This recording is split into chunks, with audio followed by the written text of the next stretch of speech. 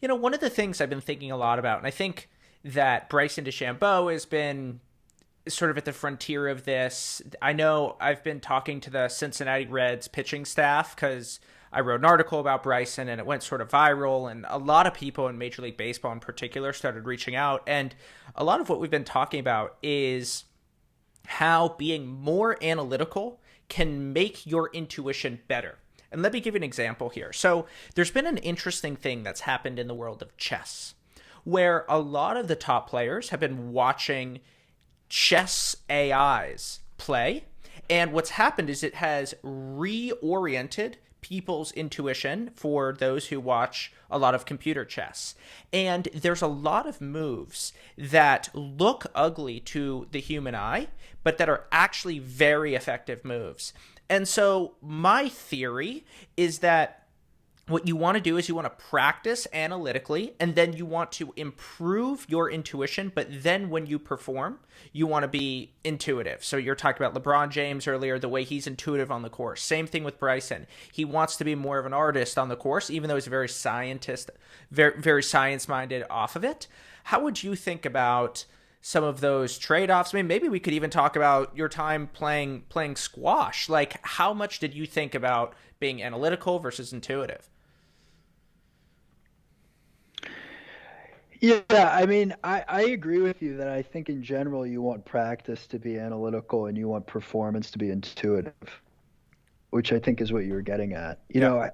I think it's very hard to execute when you're too conscious of what you're doing. You know, the holy grail, which athletes get to every once in a blue moon, is this concept of a flow state. And the flow state is the very definition of it being completely intuitive. I Right.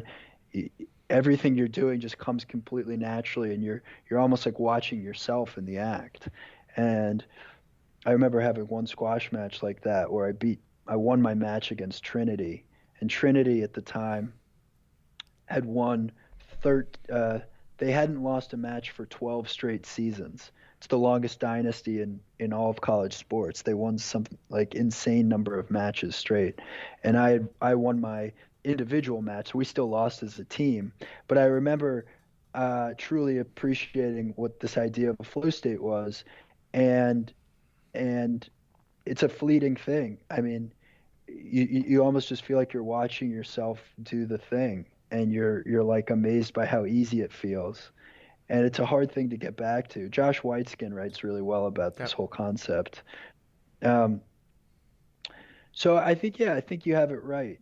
I think, the question becomes, what are flow states outside of sports, right? You know, how can you be analytical about your performance as an executive, but then all of a sudden embody someone who's doing it intuitively, or executing intuitively? I think in general, my process for running group is very intuitive.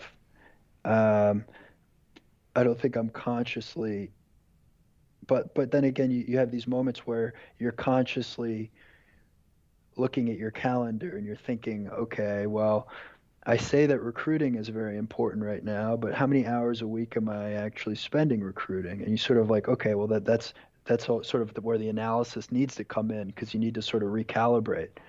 Um, yeah, Well, I think there's interesting. another cut on this that Whoop shows that there's times where your feelings about can I play today can just be wrong. And you can look at HRV and what people are saying and what they actually think is just wrong. And so there's times Whoop has proven that our intuition leads us astray. 100%. And look, I mean, one of the core reasons that Whoop exists today was this belief that feelings are overrated. Hmm. You know, feelings are overrated. And if you're a hard driving person, it's particularly true because your feelings can betray you, because your mind can betray you. I mean, this is why you see talented entrepreneurs burn out. It's why you see great athletes overtrain and get injured. It's because their minds are able to push themselves to a place that actually isn't all that productive. I started Whoop because I overtrained as a college athlete. And I wanted to know what day should I train hard or what day should I not train at all. And the reality is that you can measure things about your body to understand whether there's a meaningful shift occurring in your body. And so it's why I'm so bullish on the whole space and the whole concept of health monitoring is that I think it's inevitable that health monitoring can make people so much more aware, so much healthier. It can improve healthcare costs. It can make, it can shift a lot of things to being preventative versus curative, which is where you save a lot of money. I think it can be good in every way.